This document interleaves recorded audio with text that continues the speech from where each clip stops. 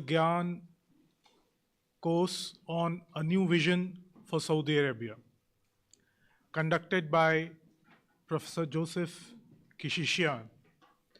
For those of you who could not attend yesterday's the first two lectures, Professor Joseph Kishishian is a senior fellow at the King Faisal Center for Research and Islamic Studies in Riyadh and is an accomplished scholar and author of several books and articles on various aspects of developments in the Gulf region, especially on Saudi Arabia and Oman.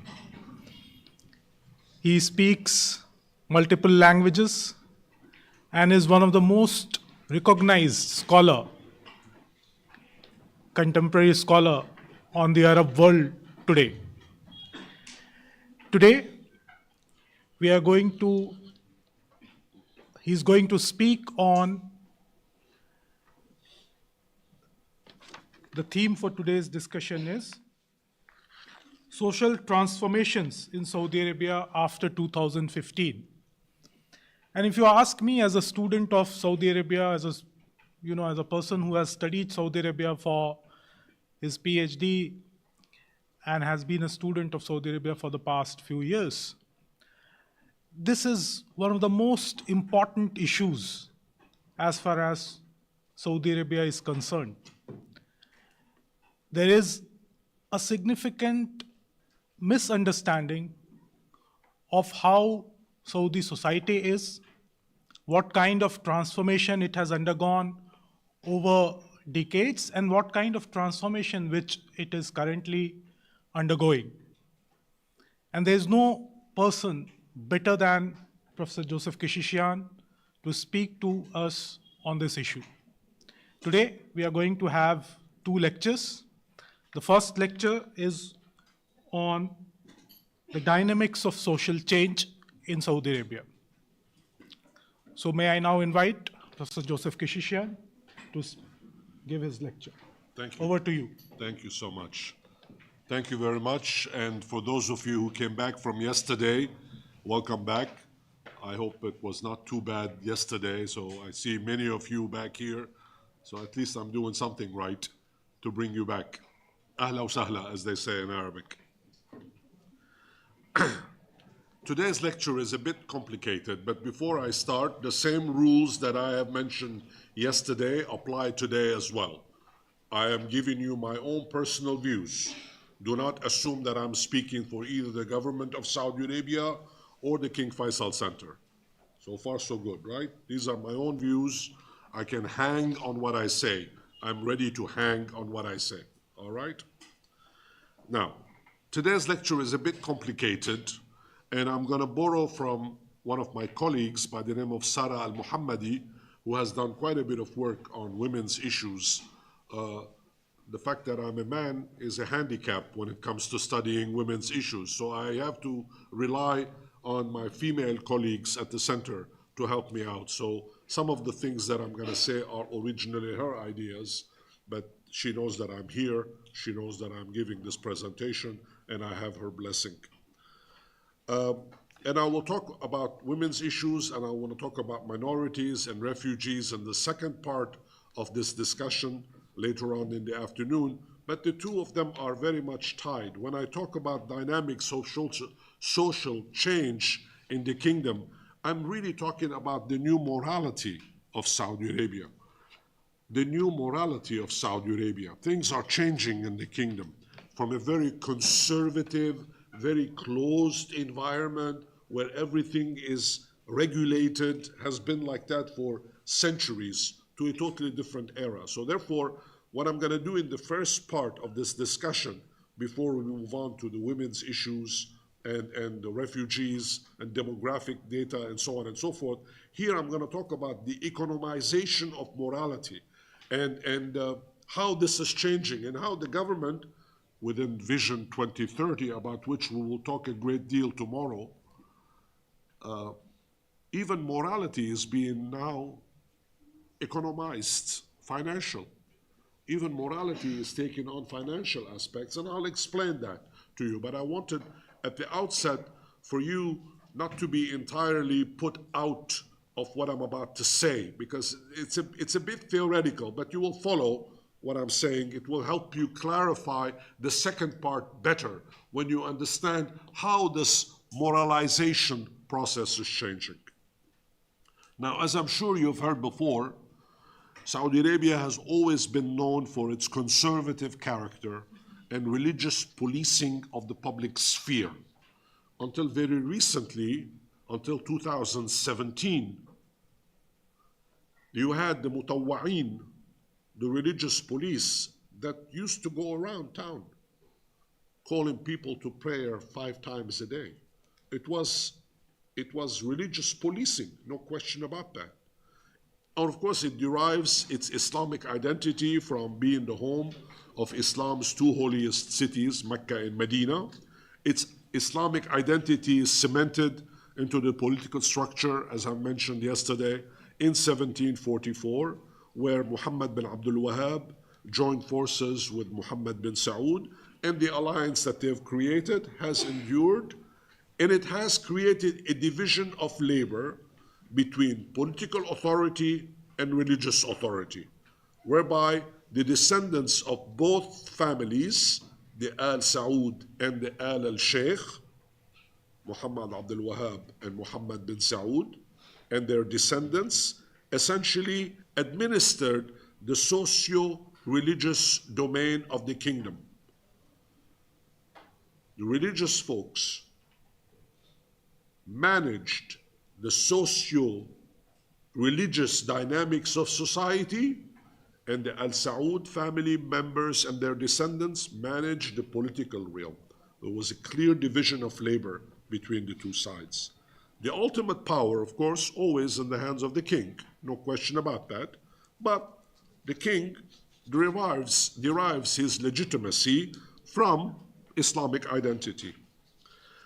In 1992, the country passed a basic law of governance, and Article 1 of that says the kingdom's constitution is Almighty God's book, the Holy Quran, and the Sunnah, the traditions of the Prophet.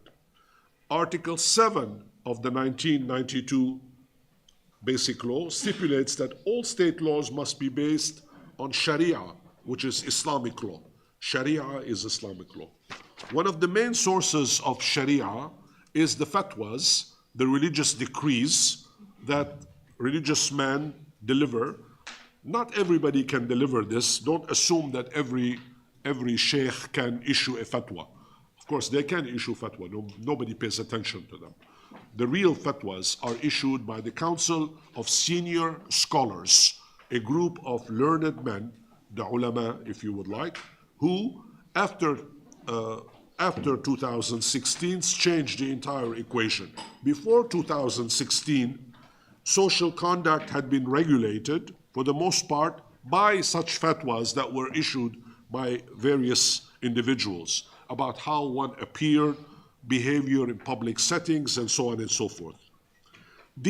Although these decrees were never translated into a legal code, they were never, before 2016, the fatwas, the decrees that were issued about behavior, about conduct, about dress code, and everything, they never were codified in legal terms. They nevertheless provided the necessary ideological foundation for what was known as the Committee for the Promotion of Virtue and the Prevention of Vice, the so-called CPVPV, or the committee for short, the Mutawwa'in, as I mentioned, which acted as a religious police that oversaw moral order in the public sphere. Under Section 3 of the Saudi Basic Law of Governance, which identifies the foundations of Saudi society, Articles 9 to 13 refer general responsibilities that the lawmaker has taken upon himself to safeguard the religiosity and values of citizens, which is what the committee is mandated to do. However, the committee operated and it enforced social and religious norms without relying, I repeat this, without relying on a legal code. There was no legal code, nor were there a system of penalties. If somebody breached the code or breached the fatwa, what were the penalties? Nobody knew what the penalties was. Public morality and religious policing remained the responsibility of the committee until 2016, when it was totally relieved of its duties by the decree that Mohammed bin Salman issued. In 2016, King Salman, as he came into power, settled. Saudi Arabia witnessed at that time a change in the dynamic of the relationship between the state and the religious establishment. Historically, the state typically deferred to the ulama, the senior scholars, within the Council of Senior Religious Scholars, on major policy areas that regulate public life. However, starting in 2016, as the state introduced its new scheme to diversify the economy, Vision 2030 and all its planks, it adopted a more hands-on approach to determining the specifics of such policy areas. In 2019, for example, the Council of Ministers issued a new law to regulate social conduct in public, such as dress and appearance. It's now referred to as the Decency Code. The Decency Code, or for short, the Code. There is now a code, okay? Technically, it's known as the Decency Code, but nobody refers to it as such. They just say the code. The new code stipulates 19 violations. It's very specific. It says there are 19 violations that could incur fines. If you breach these codes, you have to pay a fine, mostly addressing public order and physical appearance. When the law was announced, local and international observers saw this as a return to religious policing. However, unlike previous forms of control, which relied heavily on religious language, the new code refrained from making any explicit reference to Sharia or to Islam. I want that to sink in for a second. Before 2019, public order and the dynamics of society are based on Sharia in its entirety, as applied by the committee, CPV-PV, Mutawa'in. After 2019, a decency code comes in that does not refer to Sharia, does not refer to Islam, but has 19 violations specified, mostly on appearance and dress. Instead, one of the two law made references, for example, to social values, principles, and identity, while Article 3 ordered respect for values, traditions, and local cultural norms.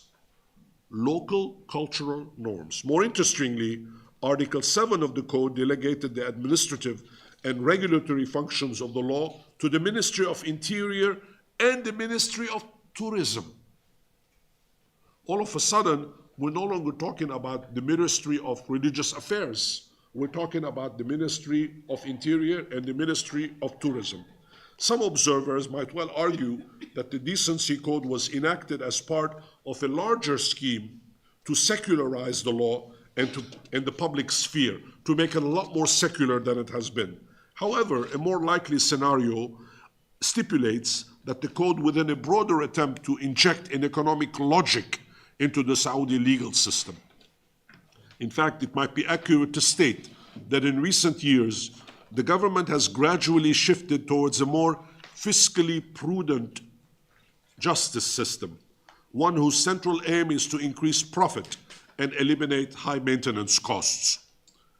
Now, of course, I should stop here briefly and interject something. Just because there was an old system doesn't mean it was cost-free. It cost a lot of money to keep the committee going. 150,000 people, more or less, plus support staff, drivers, etc. That's not cheap. Where does the money come from? The money comes from the state. The state provides this assistance. Now, Sarah Al-Muhammadi, and I agree with her, has thought out that this Vision 2030 plank to reform the society's dynamics and to codify important social behavior in a code is also fiscally responsible. You have to pay your way. In other words, if you breach a particular code, there is a penalty. That penalty is fiscal. You have to pay a fine. You have to pay either in cash or with check or Google Pay or Apple Pay, I don't know, but you have to pay. There's nothing for free anymore. All right. I'm going slow on this because I want this to sink in. This is a sensitive topic, and we have to really get a grip on it. The changes of the justice system appear to be in line, as I say, to restrict access to welfare, impose new service fees, and value-added taxes. Fines are usually imposed to benefit the victim, even if the state seems to be the primary beneficiary because collected fines go directly into the treasury. Moreover, and this must be stated as clearly as possible, the imposition of fines in general affect the poor and may be particularly burdensome to women, though these may be unintentional consequences. Not that women are breaching the code more often than others. Of course, because of the restrictions on women and the code of their dress that has changed now, women will pay a heavier price because if they decide that they were going to disobey the code and they will wear different clothes, obviously there is a fine for that. So you have to pay attention to what goes on. Now, when this was introduced, in one single weekend in 2009, 60 reported violations were collected. 60. And 37 of the penalties were issued against women, likely for violating the dress code, mostly women who did not cover their hair. Most women in Saudi Arabia before 2019 were obligated to cover their hair with a hijab. Not a niqab to the face, but a hijab. In certain cities of Saudi Arabia, very conservative, like Qasim and others, women do wear the facial mask, the niqab. But in most of Saudi Arabia, Saudi women now usually wear a hijab. They cover their hair. Less so in Jeddah. Jeddah is a much more cosmopolitan city where even Saudi women no longer wear hijab in public. Of course, I'm talking all in public. In private, none of this applies. But obviously, in this particular, when the code was introduced, there were violations, and 37 of them were against women. Since the law did not provide any specific guidance to what constituted a decent attire, it said you have to have a decent attire. It didn't say what decent meant. Whether the hijab was decent or no hijab was decent, we don't know. So therefore, it was up to, the matter was left entirely to the policemen or the security personnel involved, which underscored its subjective features, obviously. Moreover, and though the new law was advertised as a regulatory code for tourists and locals alike, penalties were only imposed on local women and men too. Now, of course, in Saudi Arabia, Western women who, before these codes were introduced, used to wear a abaya, a long dress that covered their body, usually in the color black. Western women and I should not say Western, I should say non-Arab women, non-Saudi women, were not obligated to cover their hair by wearing a hijab. They could do without. Now, this applied also to Saudi women. Not only you didn't have to wear a hijab, you didn't have to wear a abaya. You could just wear a dress or pants and go out in public. And a lot of people did that. And that's why all of a sudden there were all these arrests, because people were shocked for the first time to see women in normal inside clothes outside. By drawing on the dress code as a case study, it is important to explore and contextualize both the language of the legal code and its implementation. How does one go about doing this? Is the new decency code redefining the citizens' moral obligations in economic terms by commodifying moral offenses under the economic efficiency frame of reference? Those are fair questions to ask. Applying the logic of efficiency to policing the dress code delivers two objectives. First, it generates a direct profit from the fines. It's a source of income, after all. It's indirect taxation. And two, more importantly, it creates uniformity as well as expels any deviance that may disrupt the state's efforts to accumulate capital through global outreach. Consequently, the notion of space is expanded beyond its geographic meaning to include the bodies of the citizens who occupied a particular space, mostly women, of course. During the process of capital accumulation, the state is not only inviting in tourists and investors to explore its land, but also it's capitalizing on the bodies of its own citizens, because presumably all of the bodies that occupy the public sphere must serve a purpose towards the generation of capital. I'm a bit harsh, I know. So is Sarah. Sarah and I had this conversation before.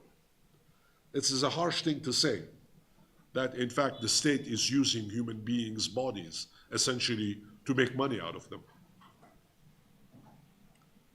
But that's taxation with representation. Representation here being the body of the human being.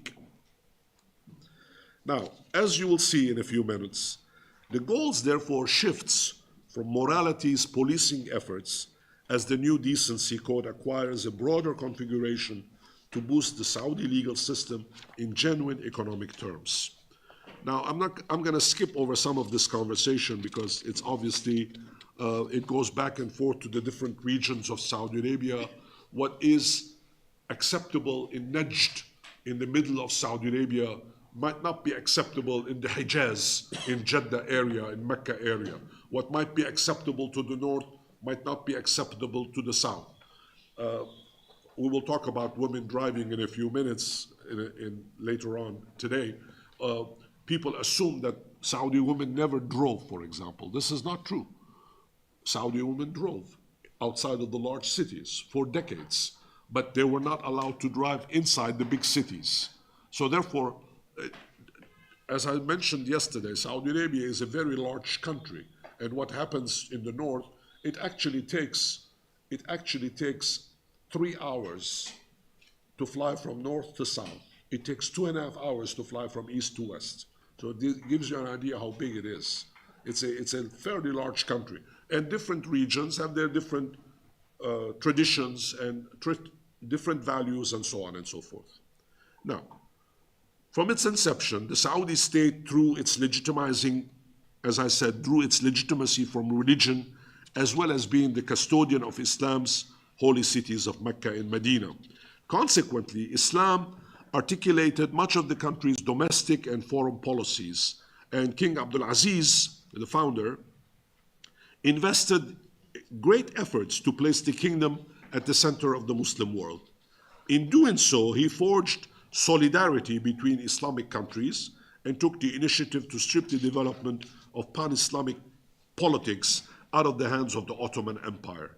After World War II, Saudi Arabia rejuvenated its pan-Islamist stance by exporting Salafism to counter the expansion of Arab socialist nationalism, which is Gamal Abdel Nasser, and so on and so forth. Now, Salafism, of course, has a different meaning today than it had. Real Salafism is going back to the books. Real Salafism is applying the Sharia and the Sunnah of the Prophet. Now, of course, a lot of history has happened between then and 2019, and what we have, you have a booming education system. You have lots of Saudis traveling across the world, being exposed to different cultures, being exposed to different civilizations.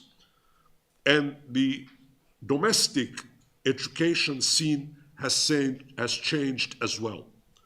And as you students in this room probably are aware, even those of you who come from very conservative families, when you attend university, you're exposed to other cultures. If you're conservative at home, you're less conservative at the university. Why? Because you're exposed to others among your friends and colleagues who might not have the same background as you do, but you learn to be a lot more tolerant of each other. Therefore, your morality does not change, it evolves. Your morality evolves. Same thing happened in Saudi Arabia as well, where you had roughly the education system growing dramatically from numbers that were in the low figures, 400, 500,000, to the millions. We're talking 2 million, 3 million, and more. Now, of course, Salman comes to power in 2015. He has now a new educated population that he has to deal with. Saudis today, when he became king in 2015, were not the same Saudis that his father ruled in 1932. In fact, the Saudi population now has reached such a high level of education. 65% of Saudis are less than 30 years old, and they're all educated. There is no more illiteracy in Saudi Arabia. Maybe it's 1%. 99% of Saudis now are literate and highly educated. They're looking for secure jobs, they're looking for homes, and they're looking for no committee rule, no religious requirements on them. They're looking for freedoms. The more educated you are, the more open-minded you become, the more tolerant you become, the more culturally open-minded you become. The monarch assumed his role as he had political and economic pressure mounting at the time, at a time when neighboring countries were dealing with serious instability. And of course, Saudi Arabia was caught in the middle of all of this. And at that time, the United States relationship was increasingly strained, mainly due to Barack Obama's administration, because Barack Obama wanted to have a better relationship with Iran, with the nuclear deal that he entered into. Oil prices fell down dramatically, all the way to $50 in 2015, which meant that the government income was dramatically reduced. We'll talk about economy tomorrow. And Saudi Arabia in 2015 was actually economically in bad shape. Price of oil going down, and everything is increasing in price. The economy needed a new plan, and its dependence on oil was becoming increasingly unsustainable. Now, these domestic realities and global pressures compelled the king and the heir apparent to reevaluate and readjust.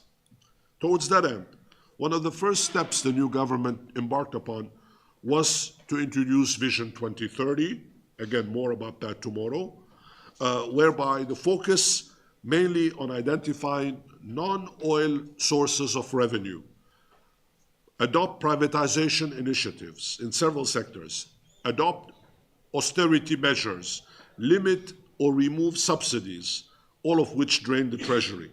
Value-added taxes were imposed for the first time, VAT, along with the enactment of a laundry list of service fees for a variety of items. Soon after, officials began to speak the language of business, with more emphasis on KPIs, key performance indicators, metrics and data collection, measure, and performance. Look where we were, and look where we got now. We were talking about morality, we were talking about decency, codes, we were talking about policing behavior in public, to where we are now talking about metrics, data, income, measures. We need to make more money, we need to encourage entrepreneurship, and so on and so forth. I'm giving you this background because I'm getting someplace, And where I'm getting is to sensitize you to how morality is being economized. What I said at the very beginning, the economization of morality. I'm getting there. Among the many new issues raised by senior representatives was how to raise non-oil sources of revenue precisely to attract foreign direct investments, encourage tourists to visit the country, which was a rare occurrence. When I went to Saudi Arabia back in 1983 for the first time, of course, in those days they did not issue tourist visas. Until very recently, there were no tourist visas. You can go on Hajj and Umrah if you are a Muslim and you want to perform Hajj and Umrah, but you have to have a visa for that as well. And even though lots of people stay on illegally, you're supposed to leave. When you complete Hajj and Umrah, you're supposed to go home. I will talk about migration in a few moments. But obviously, now you can apply online for an electronic visa, and you can get it within a matter of a few seconds. They want to encourage people to travel as much as possible. Things have changed dramatically. Now, of course, to attract global investors, the government created highly publicized events like a Future Investment Initiative, so-called PIF. You may have heard about this, or the Davos of the desert, to encourage investors to bring business to Saudi Arabia. They also introduced the bankruptcy law, improved accessibility to business-related legal services, to dispel any concerns of bureaucratic rigidity, as it adopted transparent, business-friendly steps. And one of the most, as I said, the e-visa, which opened the doors to the country. If it was closed for many years, Saudi Arabia was finally promoting itself as a tourist destination. Actually, it's a very beautiful country. If you are into archaeology, you like old history, you will find tremendous artwork in the desert from the Nabatean era, pre-Islamic era, to Al-Ula, which is totally redone now, and all the new projects that they are building in sports, in entertainment, a whole bunch of stuff to encourage people from all over the world to come. Previously, travel to the kingdom was mostly restricted to religious tourism, not anymore, and there are now 49 countries, actually the number is more since this was written last year. Now the number is almost 90 countries where you're entitled to e-visa that is automatic, literally. Now, this is the background. Let's go back to the religious question and traditions. In addition to these initiatives, several social changes were introduced as well, most notably in ushering significant curbs to religious policing in 2016, after decades of unchecked control over the public sphere. Subsequently, women were allowed to drive in 2018 as part of an initiative to bring more women into the workforce and to decrease dependency on foreign drivers whose repatriated earnings contributed to substantial capital flight from the country. Gender segregation in public spaces was also eased. Movie theaters were opened for the first time. Concerts and entertainment events were held across the kingdom to encourage residents to spend their leisure riyals at home and for the overall betterment of the quality of life. Most of these changes were justified in economic terms in the language of Vision 2030. Now, for those of you,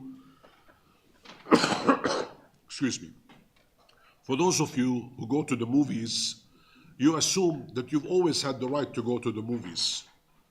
Well, if you were in Saudi Arabia before 2017, there were no movie theaters. At one point, there were movie theaters. In the 1960s and 1970s, early, there were movie theaters.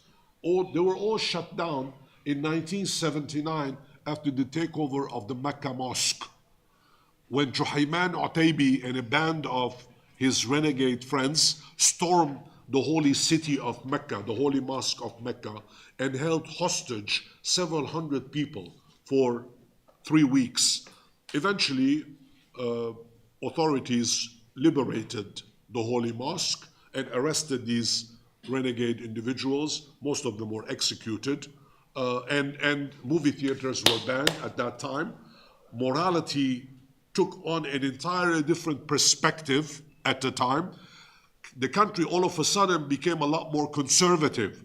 Before 1979, Saudi women used to go to the beach.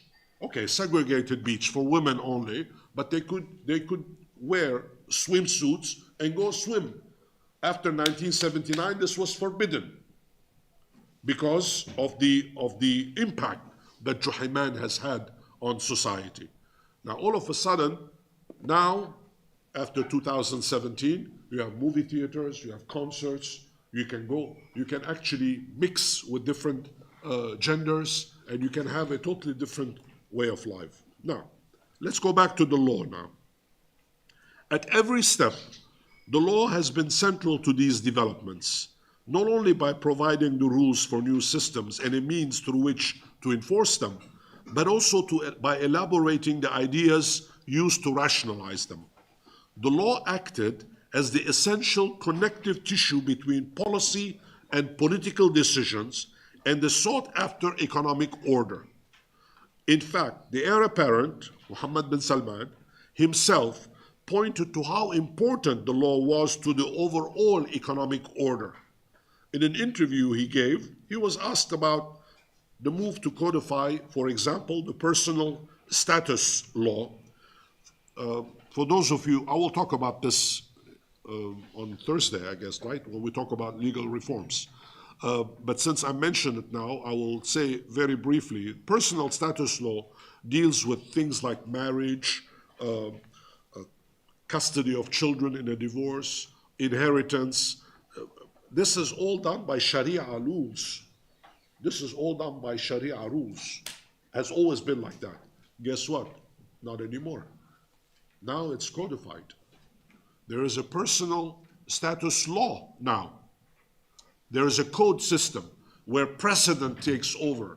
Not every judge can do whatever he or she, whatever he likes to do. There are no female judges yet in Saudi Arabia, but I got news for you. They're starting to have female lawyers who actually go to the court and defend their clients.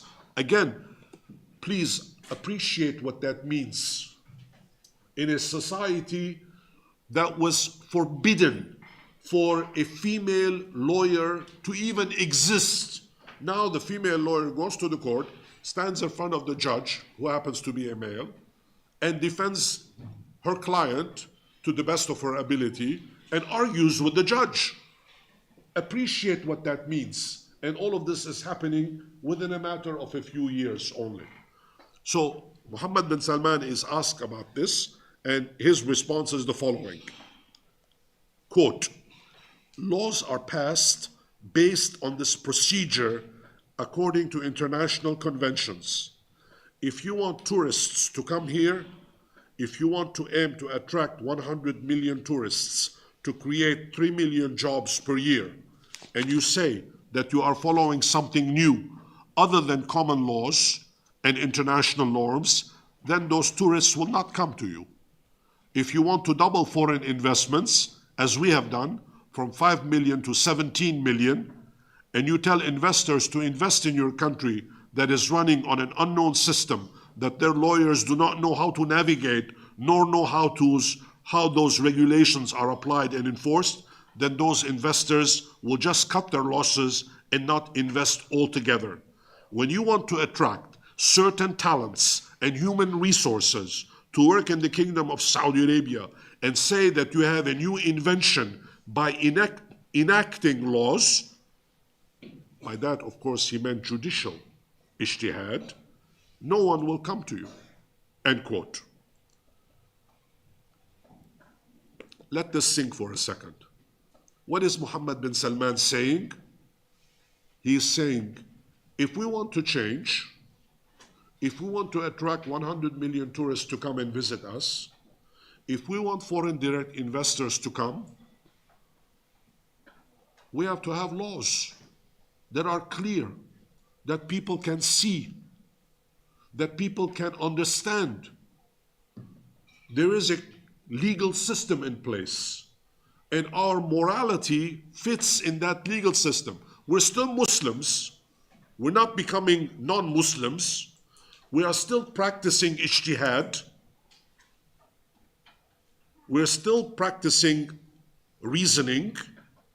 We are still being who we are, but we want to do it in a legal way, in a proper way, in a codified way, where there is transparency, where you understand where I'm coming from. These are my rules. I'm applying the same rules that I would apply wherever I am. You're welcome to come and invest in this country, visit this country, have business ties with this country.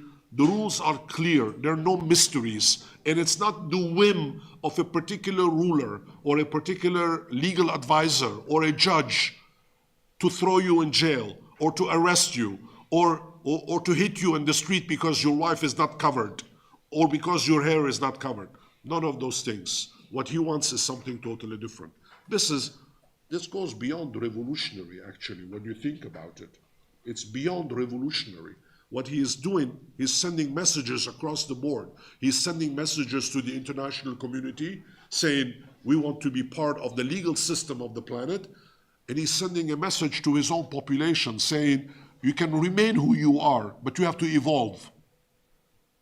You cannot stay in the 13th century because we're in the 21st. That's a powerful message. And it takes the kind of leadership to be able to articulate those kinds of views in a clear way. I've read what he said. This is translated from the Arabic, of course. And in the Arabic, it's much more powerful. It has a punch. It hits you in the face, literally. His words are very strong, very powerful. I'm going to give you some examples. Mohammed bin Salman, in the same interview, talks about these laws cannot contradict the constitution of Saudi Arabia. The constitution of Saudi Arabia is the Holy Quran. The Holy Quran is the constitution of Saudi Arabia. Therefore, whatever laws we're going to pass, he is saying, don't tell me that I'm going to change my constitution. I'm not going to do that. The Quran still applies. The Sunnah still apply. But I want to evolve. I want to codify it so that I know what I want, and I want you to know what I want, so that there are no misunderstandings between us. You and I are on the same page, and I want to make sure that whatever codes I have are all according to the rules. All right, let me give you an example from Hisbah to Fines. Now, given this fundamental goal that he has, it's fair to ask where the decency code and policing people's public attires fell within this broader context. To better answer such questions, let's briefly examine how public morality is policed prior to 2016 to explain how the enforcement mechanism and the underlying logic of policing changed after the decency code was applied in 2019. If you compare the two periods, it becomes clear that imposing fines on dress code violations, for example, empowers the state to introduce a new justification for its presence within the sphere of moral policing. This is a bit harsh. I understand that. Sarah and I have had this argument going back and forth. In fact, she and I co-edited a book on legal reforms in Saudi Arabia, and her chapter on policing, on morality, is so strong that people objected to it, because she's essentially telling that the government is essentially using morality to make money. And that's harsh. That's harsh on her part, but she's entitled to her opinion. I mean, she's a scholar like we are, and she's entitled to her opinion. But the formal religious language of the law and the discourse offered to justify the state's presence within the sphere of moral policing, therefore now is replaced by a neoliberal market logic. So,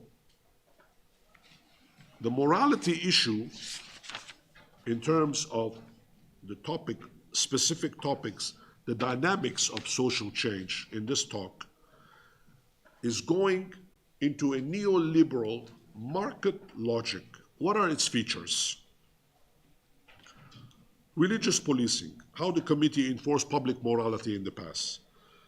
CPVPV, the committee, if you'd like, is a social and religious activity that features centrally in the major text of the Quran and the Hadith, and is required by the community as a whole to the act of Hisbah, Hisbah, Hisbah. The traditional idea of Hisbah is to create a form of communal corrective system. A communal corrective system. Hisbah includes a range of different elements, including the monitoring of theft, drug use, public moral, social behavior, very broadly. Therefore, the first modern nation state that created different forms to police different crimes, social conduct, public sphere, was largely left to the committee, which consisted at that time, years ago, of 3,500 personnel that were spread across various regions, responsible for policing the public sphere. They focused mostly on orthodoxy and orthopraxy.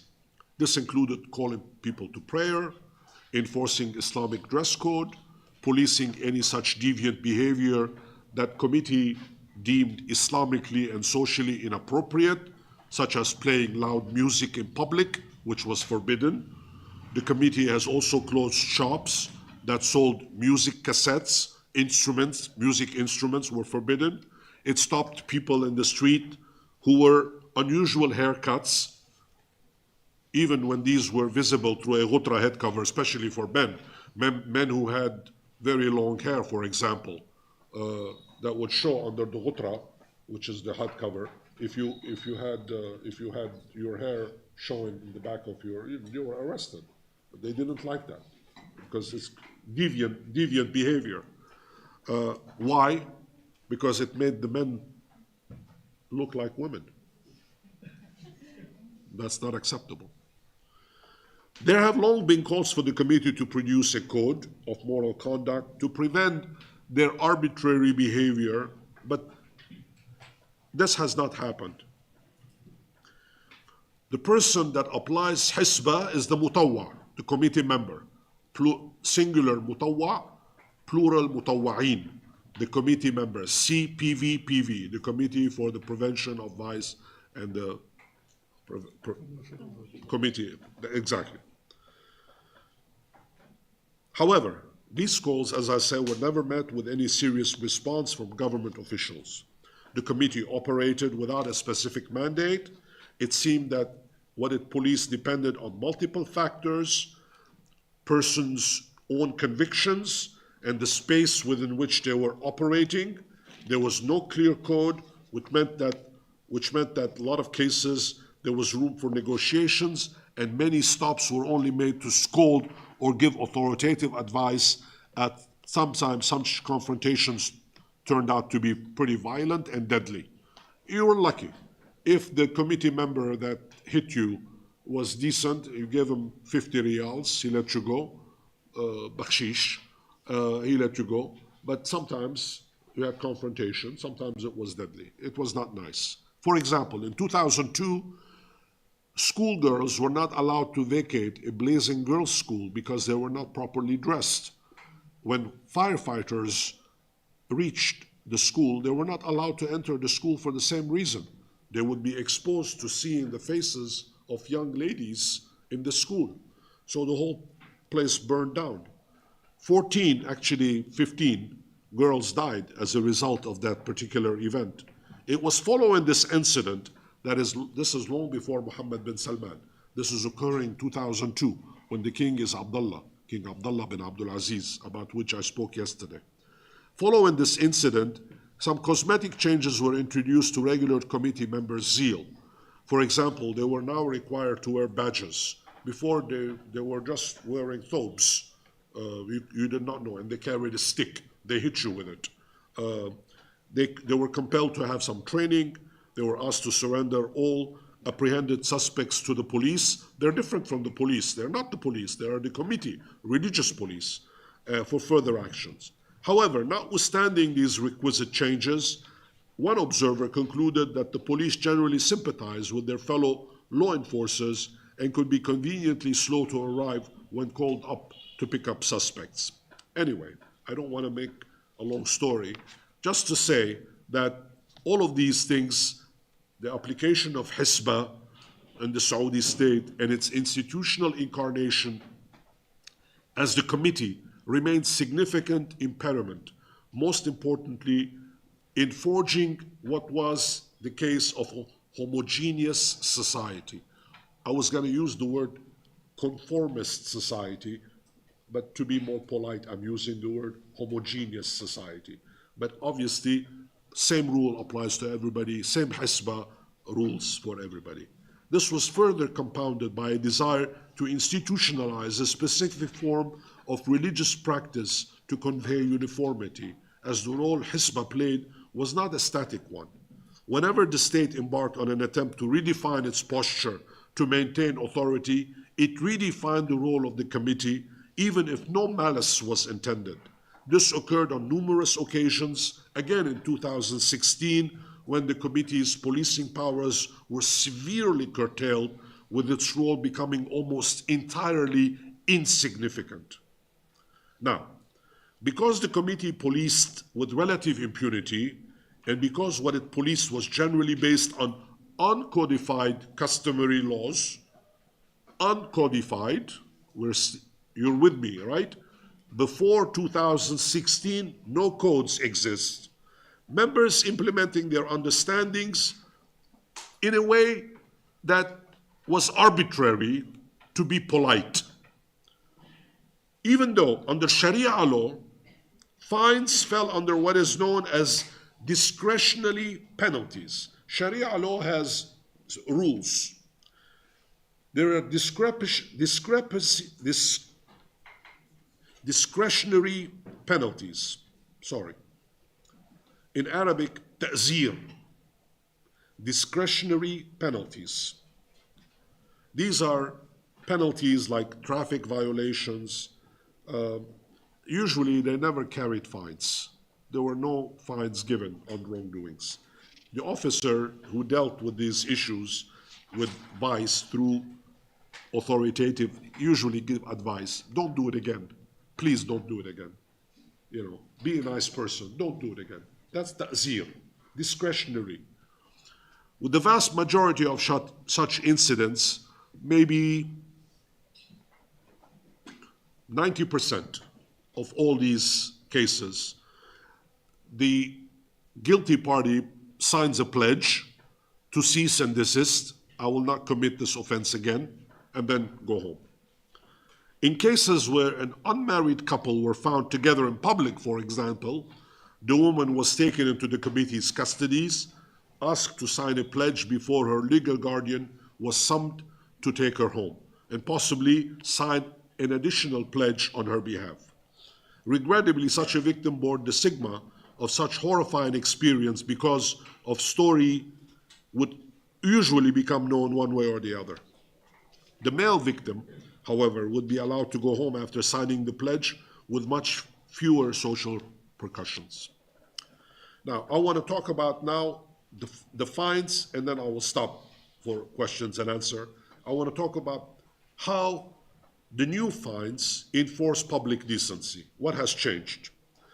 Now, the committee's role has been regulated, which disarmed it politically as well as socially, disarmed even if the institution has not been abolished. The employees remain on the government's payroll. They're at home, all 150,000 of them. They're collecting their salaries, but they're not in the streets anymore. But they're still officially there. In practical terms, it means that the committee will no longer be in charge of policing social and moral behavior. And consequently, after 2019, the new code that was put out no longer was interested in whether or not you were wearing the wrong bracelets, or whether your hair was longer than it's supposed to be. None of these things mattered anymore. Responsibility to enforce the public morality now is on the police, which allowed further security companies to enforce the new code as well. It's critical for the security guard to identify a violation specifically and inform the police authorities to issue a particular fine. The wrongdoer is fined with a smartphone application. You take the smartphone and immediately link to the individual's national identification number, since everybody has an ID number. The wrongdoer can immediately pay the fine through an ATM or on the phone, on the smartphone, whatever fine it is, you pay it. Though everyone could appeal to the relevant administrative court if you want to, if you feel that the fine is not right. The application has had the effect of making the fining process a far more efficient system, but also by making the process seem more natural and invisible. This form of policing posed a practical issue that subjected Saudis and residents to a different, I don't know whether it's more efficient, but a different form of policing, as the application required a national identification number, a residency permit if you are a foreigner, which meant, for the most part, that only Saudis and those with residence permits would receive a fine in the application. In other words, if you're a tourist, you didn't have to worry about that, right? Because you don't have a identification number. So this is unfair for the Saudis and the local residents. To pay their fines, visitors would most likely need to go to a police station to settle them, though how practical that would be, I'll leave it up to your imagination. Which tourists will go to a police office to pay a fine? Theoretically speaking, the introduction of the decency code really constituted an ontological transition from seeing a moral violation as something against God's will into something against the state's will. That's the fundamental social dynamic that has changed under Mohammed bin Salman. I don't want to say it in so many words. I'm going to say it. I'm going to say it in so many words. You heard of the expression separation of church and state?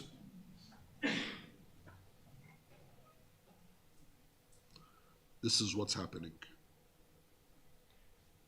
That's profound. In a country like Saudi Arabia, where tremendous traditions, tremendous values have driven a society for millennia, now you have a clear separation between the state as the enforcer of codes, of rules, properly defined. Social dynamic is changing. You are a member of society. You have responsibilities towards that society. You don't just take from the state, you also give to the state. That's profound and dramatic change. I think I've said enough. I'll wait to continue with some of the other issues with women and migration in the second part. So let's open it up for conversation, discussion amongst us.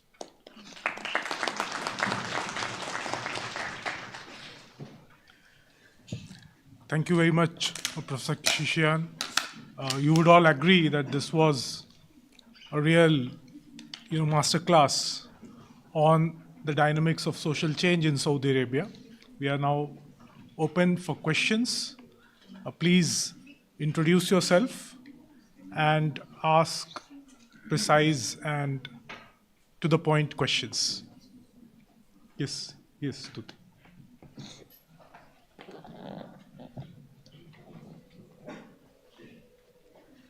Thank you, sir, for your lecture. So I have two questions. First is on the decency code. So now we also see the nature of abaya has changed. We have designer abayas as global brands trying to tap into the abaya market. How is the state dealing with that changes in the women's clothing per se in terms of the decency code. And secondly, when we talk about women lawyers, for instance, so these are like changes that are policy changes, right? But also we are talking about a society that has not given women the kind of freedom that we see in other places. So, at a deeper societal level, how has these attitudes changed of the people? Actually, that's the second part of the presentation. I want to talk about this in the next period. So you're anticipating what I'm about to say, but I'll be happy to answer them. Yes. Other, Kelvin?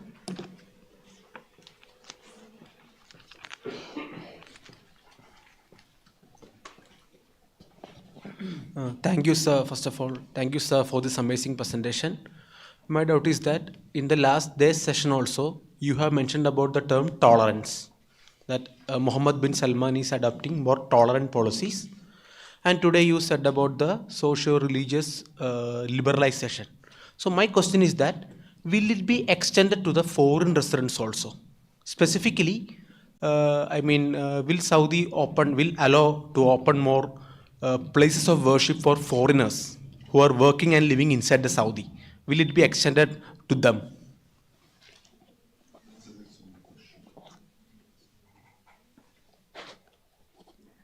Yes. So my question is actually a confusion basically. You said that when men grew their hair longer, they were arrested because it was against the code, right? So the code, which was the earlier scenario, was supposedly Islamic, and they were arrested because of the un-Islamic action which was the growing of hair. But on the contrary, we know that the Prophet had longer hair and it could be braided up to the 4 plates. So actually, what is Islamic is basically un-Islamic, and what you call is modern is basically Islamic, because they are like the judges that you're talking about. So according to the Islamic system, we have had female ulamas and judges already, and the lawyers. So what you call modern is actually Islamic, and what they were arresting for un-Islamic was actually not Islamic in the actual sense of the term. So, yes, so how to... Okay. Okay, thank you.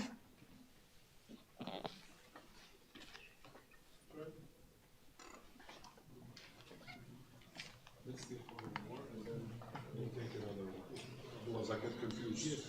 One more, and then we'll take another one. Thank you, sir. I have 3 questions, very short. First is about morality police, how it is different from Iran, and after Iran, the morality police, and then how the protest, that Masa Mini protest, changed the understanding of morality police, whatever the change happening in Saudi society, how it changed those protests and the regulation there were going on, how it changed the Saudi one. And the second question is about that you're saying that the pre-Islamic identity. So about the pre-Islamic identity, there is a notion that it's Jahiliyat. So how this understanding of this Jahiliyat, accepting that it's part of me or it's part of the Saudi national identity, it's like perceived by the state and perceived by the locals. How these things are taking place in the society.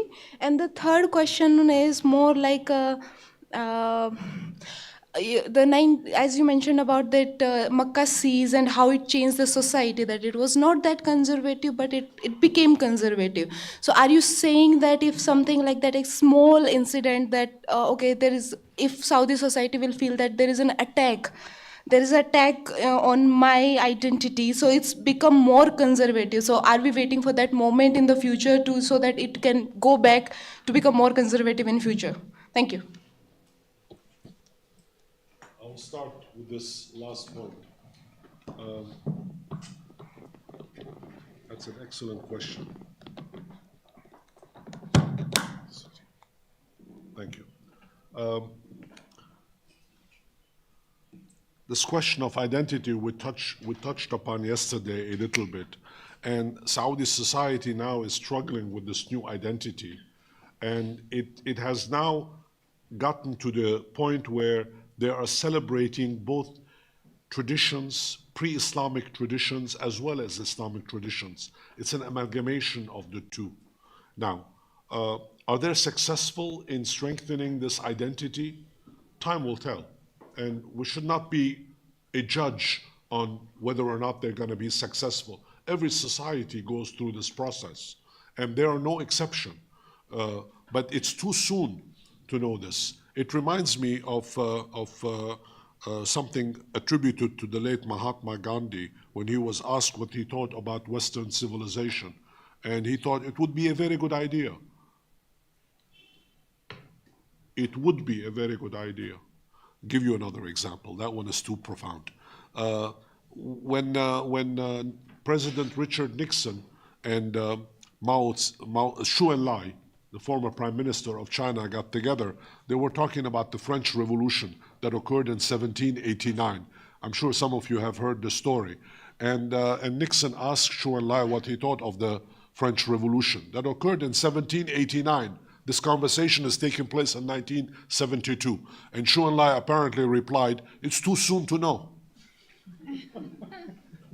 It's too soon to know. So we have to wait a few years to figure this out, of this identity business. You know, as I mentioned France as an example. France as it is today, as a country, the Capitan era, if you would like, has been together only for 1,000 years. Before then, it was all a bunch of clans. The following kingdom, the kingdom of Navarre, the kingdom of Bordeaux, the kingdom of whatever, you know, all the different eras. The Capitan era came and united all the French Republic. That's only 1,000 years old. It's very recent. 1,000 years is nothing in history. Trust me, it's nothing in history. So you have to be patient. But your more difficult question is the comparison morality with Iran. I'm not an expert on Iran, even though I did my doctoral studies with a Persian, with an Iranian American, Ruhollah Ramazani at UVA, at the University of Virginia. And I love Iranian food. That's about it. You know, not much of Iran is very attractive to me.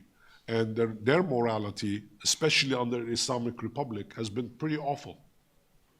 It's been pretty awful.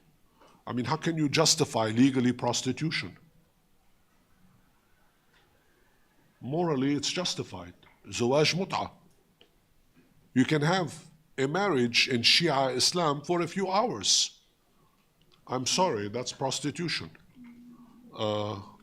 In Sunni Islam, that's a no-no. You don't do that. I mean, there are certain, you can have zawaj misyar, but that's more than a few hours. You have to have, you know, you have to wait a period of time to find out whether there is a pregnancy involved. It's an elaborate system. It's not as simple. The Iranian morality, we've seen what happened in the revolution. Iran hangs every year or kills every year over 1,000 people for various morality crime. We saw what happened to the young woman that was not wearing a chador, a veil on her face, and she was murdered. She was murdered. And you will not see that in Saudi Arabia. That's kind of the morality that we're talking about here is mild compared to what we see in Iran. The immoral interpretations. In the old days, it was not about the dress code. Really, everybody talks about the dress code, the hijab, the niqab, and so on. That was not about it. It was about ikhtilat, where you had pre-married sex, essentially. That was frowned upon. That a relationship between a man and a woman, or between a man and a man and a woman and a woman, because it happens like in every society, that was frowned upon. That was what they were talking about. That was what they wanted to ban. Now, the codification has become simplified. They're talking about dress code. They're talking about private behavior. You know, you can go out in restaurants and you see couples, unmarried couples, having lunch together. Nobody bothers anybody anymore. That's not the morality level that we're talking about. In Iran, it's still a no-no. So I will defer to your better judgment on this. I'm not trying to dodge the question, But I'm saying you cannot make the comparison. It doesn't compare. Now, the decency code, and the lady in the back asked me about the places of worship for many and the code that the Prophet himself ruled. The Prophet had long hair and all that. You know, over the years, even though Islamic law has been applied, there are also traditions. There are also local traditions. Islam was revealed in the desert of Arabia, where there were people, tribes, clans. They had their own moral codes. Before Islam, it doesn't mean that the local people had no morality. Of course they had moral codes. They had to live with each other. Mankind has had moral codes since Adam and Eve. This has nothing new. There were codes all the time. But over the time period, traditions were added, interpretations were added. Islam is a very modernizing society, actually, when you think about it. But the traditions have kept everything behind.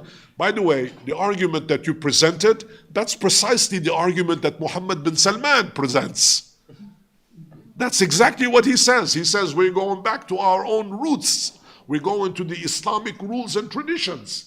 And what we're going to get rid of are all these add-ons that have been smacked on us all these years. We want to get rid of them. And more importantly, we're not going to allow individual imams, individual sheikhs to make up the rules as they go along. We want to have a code system. The decency code's beauty is that it is a code. That's the beauty of it. It's written. I will talk more about that on Thursday when I talk about the legal code itself. And I will give you an idea with the numbers. I have the numbers. How many codes have been published? How many precedents now have been published? Now they're publishing things. So that's the key issue. And whether or not your question about one day there will be places of worship for non-Muslims in the land of Arabia, that's a very important question. In UAE, in Oman, in Qatar, in Kuwait, and in Bahrain, there are churches and there are Shinto temples and there are Buddhist temples and there are a variety of non-Muslim temples. Not in Saudi Arabia. So far, there aren't none. But I'm going to give you an interesting hint as to what might happen in the future. Was it 3 years ago, I think, either 3 years ago or 4 years ago, I'm not sure, the Maronite patriarch in Lebanon, who's a cardinal in the Roman Church, Cardinal L03, went on a visit to Saudi Arabia. And he was welcomed by the king and the heir apparent and everybody. And he was given the keys of a church near Mecca, not far from Mecca, an old church that is now in ruins. He says, we are giving you this church. You fix it. You rebuild it. He didn't say you can worship there. He said, we're giving you this as a gift. We're returning this to you as a gift. In Mecca and Medina, before Islam, there were Jewish and Christian temples and churches. Now, whether or not this will happen in the future, we will see. The way things are going, it's positive news that in fact Islam is so strong, it is powerful enough to tolerate the presence of other religions around. But this will take time because in older generation, young people are much more open to this, but in older generation it's difficult for them to accept a non-Muslim presence on the Arabian Peninsula. You know, that's the way it is. Yeah. Other questions? Yes. Okay. Mahim, Shazia, Good afternoon, sir. Thank you for your lecture. As you said that decency code does not refer to Sharia. And as well as on the other side, Mohammed bin Salman says that Quran is the constitution. And we know that Quran enforces women to cover their hair. and decency code does not has any provisions that one women should cover their hair. And so don't you think it's contradictory? And in my view, what I think is that westernized countries might be getting influence from this decision, and they are banning their hijab in their countries. So what are your views on that? And the second part is that as we are diversifying in Saudi Arabia, what are your views on LGBTQ reforms?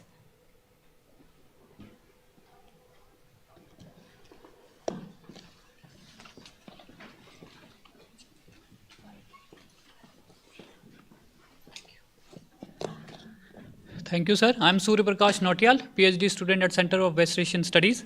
Sir, previously in 1990s, we have saw that when the foreign troops landed in Saudi Arabia, so there was a resistance from the religious authority.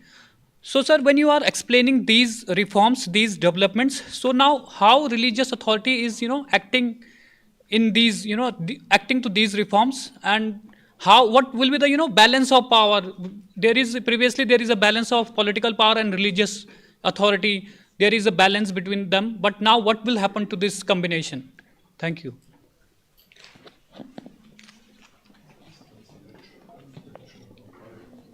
Hello, sir. Thank you for your lecture. I'm Shazia Askar, master's second year student in PISM JNU. My question is that as Mohammed bin Salman has been softening the role of Islam and Islamic institution in the governance of Saudi Arabia, but the thing is, in Islamic countries, political governance has to be in consonance with the religion, right? So as he has been softening, won't it impact the religious identity of Saudi Arabia? As you said, ki from God's will, we are moving from God's will to state's will, or that's like separation of church from the state. So what's your view on that? How he is going to dilute the impact of religion on the state? Thank you. Sir, one question. Okay.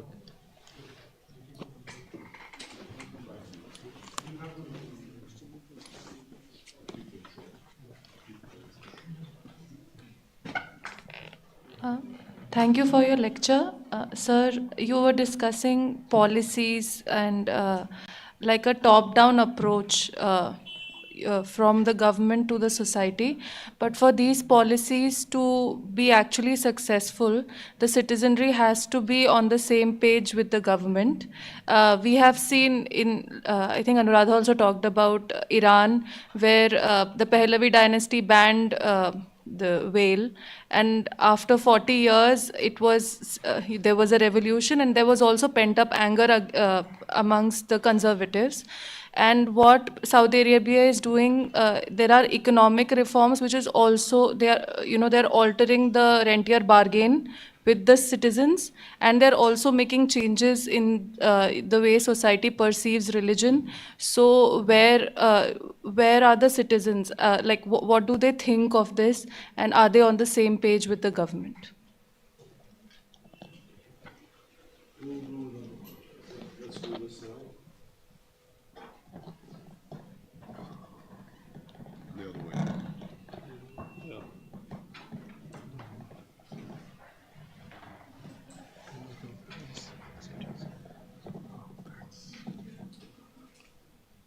The Quran is the constitution of Saudi Arabia. I have read the Quran from top to bottom. I have read the Bible as well as the Bhagavad Gita and all of them. There is nothing in the Quran that says a woman has to cover their hair. Nothing. It says you have to wear decent clothes. And by the way, not just for women, for men too. Both men and women have to wear decent clothes. There is nothing about covering the hair. Nothing. These are traditions that have been added over time. And the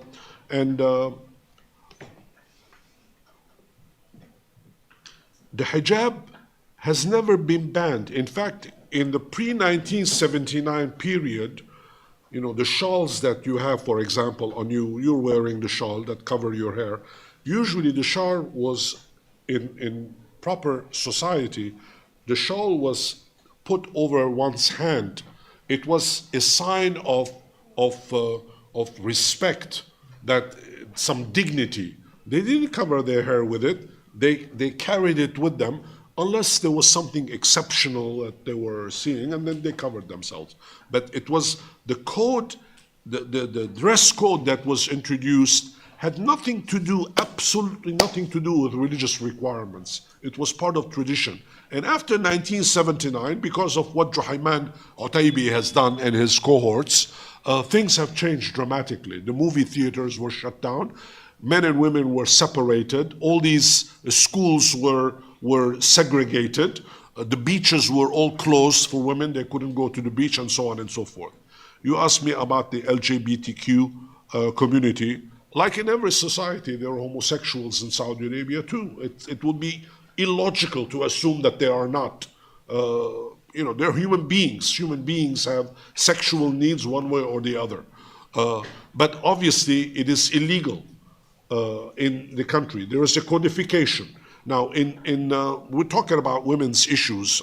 In the second part of this discussion, I will talk about, but since you asked the question, I will answer it now. Let me give you an example of one of the strict rules of Islam, which is not just true in Islam, it is also true in a lot of other religions, Christianity and others. For example, abortion is illegal, right? Well, in Islam, abortion is a crime, but so is in Christianity, even though a lot of Christian countries, they practice abortion. So therefore, you have the struggle, if you would like. This is a human struggle more than anything else. You have to come to terms with the social dynamics of societies. And what can be acceptable in one society might not be acceptable in another society. The behavior of certain codes, certain moral behavior can be codified in one society, they cannot be codified in another society.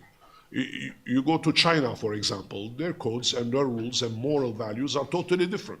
You go to Russia, totally different. Everybody has their own codes. So therefore, there are homosexuals in Saudi Arabia like there are in every other country in the world, but they are not in public. You will not find that in public. You will not see that, even though most, like in India, most men hold hands. I mean, when I hold Dr. Mudassir's hand, this is not a sexual relationship. This is a friendly relationship. But in the United States, this is perceived to be sexual. In America, if I were to hold his hand, people would think that I'm sexually involved with the man. You see what I'm saying? It all depends on the different society, in a different background, traditions, and so on and so forth. What applies to one doesn't apply to the other. Now, in terms of what happened to the religious leaders and the impact of the religious identity, this is actually the Friday presentation. You have to be patient until Friday. I have prepared, I will talk to you about Juhayman Otaibi in some detail, about the religious authorities, the mullahs and so on, and what kind of business they're in now, what are they doing to make a living. I will talk all about that on Friday. Be patient with me, unless you want not to come back on Friday. Now, final point here before we go to the next round. Are citizens on the same page as the rulers? Your question is very well taken. You know what? Yes, they are. The majority of Saudis today are in full agreement. They approve of what's going on for very, very simple reasons. Very simple reasons. That they feel free. For the first time in many, many decades, maybe centuries, they feel that they have a leader who is actually speaking for them, looking after their interests, putting their interests ahead of everything else. It doesn't mean that the monarchy has disappeared. No, it's a monarchy. And by definition, in a monarchy, there is only one person that rules. There is no representation in terms of parliament. There is a majlis, of course, but it's not elected. You don't have members, there are no political parties allowed, that kind of stuff. But the population, especially the young people, less than 30 years old of Saudi Arabia, They are very pro-Mohammed bin Salman. He's very popular. If you were to take a public opinion poll in Saudi Arabia today and ask whether they approved of Mohammed bin Salman, I would wager anything you want that he will score 99%. And it will not be fabricated. It will be real. Most people support him. There are people who oppose him. No question about that. There are people who don't like him. But in every society, there are people who don't like their leaders. It's very natural. Saudi Arabia is no exception. But most people are supporting him. Okay. Yes. So We'll take one more round.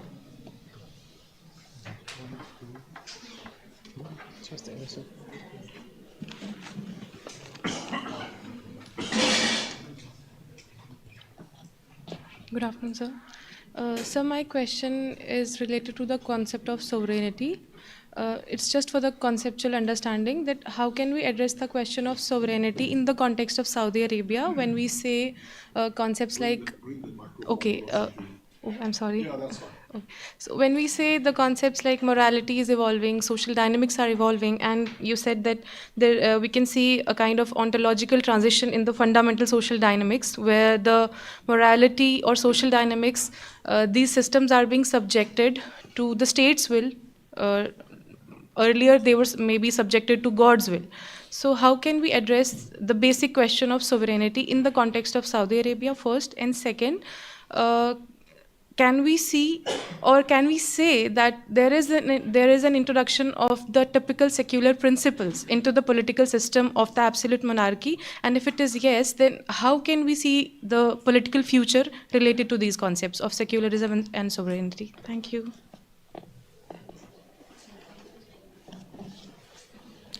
Hello, sir. My question is related to Mutawa, the religious police in Saudi Arabia. As you said that the Mutawa's influence in the Saudi society has been reduced, almost nullified. But I'm looking, as you said that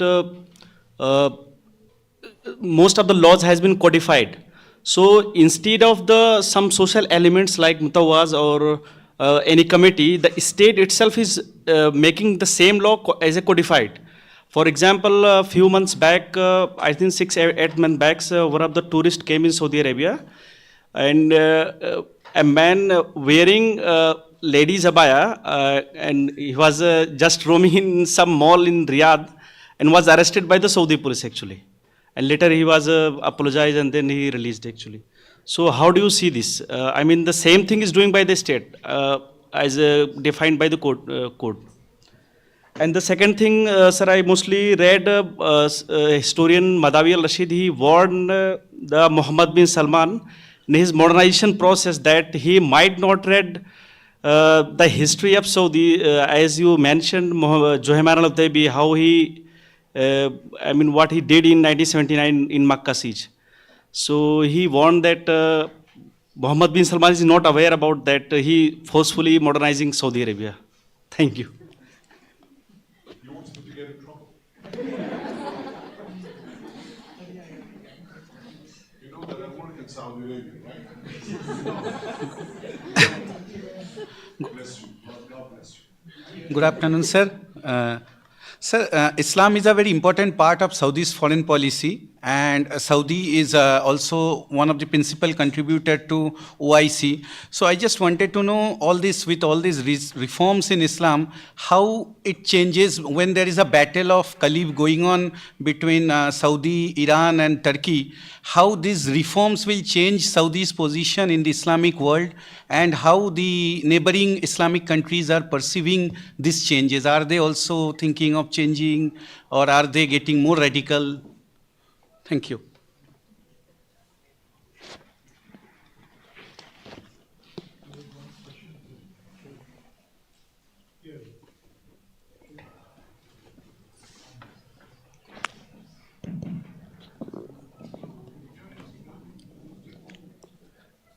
Thank you, Professor Kishishan. My question is related with the comparison with Iran, because what we see from the ring side view, Iran, Saudi Arabia, both claim legitimacy from Islam. And they actually competed for it in the mid 80s after 1979. A lot of the orthodoxy that has been placed in the social arena during the 1980s was the outcome of that particular pressure, that ideological pressure. So, from the ringside view, it is natural that people who are not from both regions, they actually view who is the real representative of Islam, which actually is the legitimacy in their terms. Because especially there are a lot of things like reforms about the women's driving and many these things are also people view that in Iran women are doing all those things, and also they own businesses and everything. So there is my view is that there will be a comparison. So like for example, especially as you mentioned about the nikah muta during in Iran, there is one more thing. Saudi ulama actually allowed nikah misyar, that is a temporary marriage for people who actually visiting foreign countries, and some of the actually cases has been reported where they married in United States or in Europe, and they had son there or some offsprings there.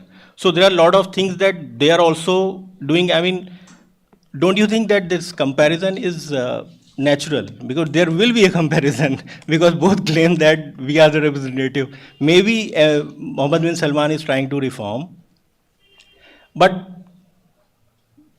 yes, the youngsters are with him, more than 65%. But the older lot is still very much not in line with him. So my view is, my question is that, do you think that this comparison would ever end? Because I don't think so. It will end. I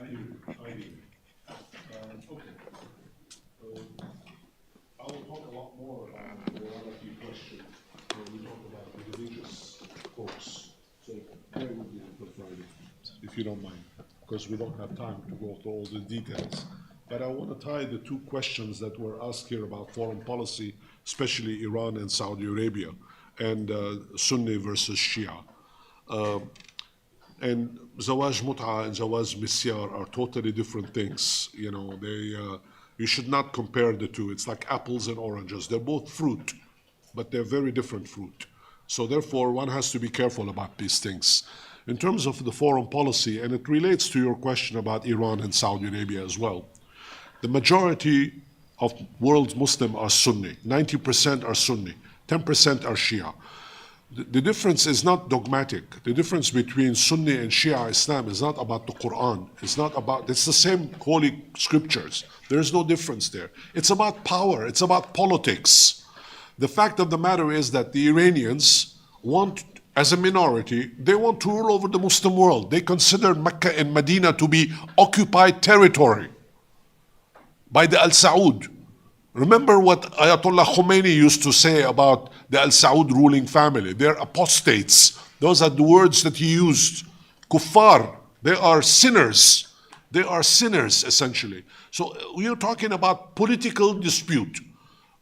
And remember that Persians were converted to Islam. And not only they were converted to Islam, originally they were converted to Sunni Islam. It was not until the Qajar dynasty that they became Shia. And they became Shia precisely because they were against the political system in place. It was all political. It was not religious at all. Now, in terms of bringing this, tying it to foreign policy, obviously you're going to have conflict between the two. And Iran is a much bigger country, much more populated, very wealthy country, very capable country. It has a very rich history. Iran is a proud society. Iranians are a great people. There is no doubt about any of that. Almost 100 million people. Saudi Arabia is smaller, about 30 million people. Wealthy as well, but sparsely populated. It does not carry the kind of weight in the Gulf region that Iran does. But guess what? Saudi Arabia is also the leader of the Muslim Ummah. for the mere fact that Mecca and Medina are located in Saudi Arabia. Don't complain to me, go and complain to the Lord. That's the way it is. If I had this conversation with an Iranian colleague of mine, I said to him one day, why are you complaining all the time? Go to the Lord and lodge a formal complaint. Why did you put Mecca and Medina in Saudi Arabia? You know, he could have put them in Mashhad or in Qum, for example. But that's the reality. And this competition in foreign policy is going to perpetuate for a long time to come. Now, hopefully, they are neighbors at the end of the day. They have to live next to each other. And they're both fellow Muslim countries. They have to get along. Will they get along? Well, it depends who rules. Sometimes they will get along, and sometimes they will not get along. I will stop here. Enough. Thank you very much. I will come back to your question. Yes, I know there are lots of more questions, but we have 7 more lectures, and they are all interlinked. So please keep your questions and ask them as and when you get time.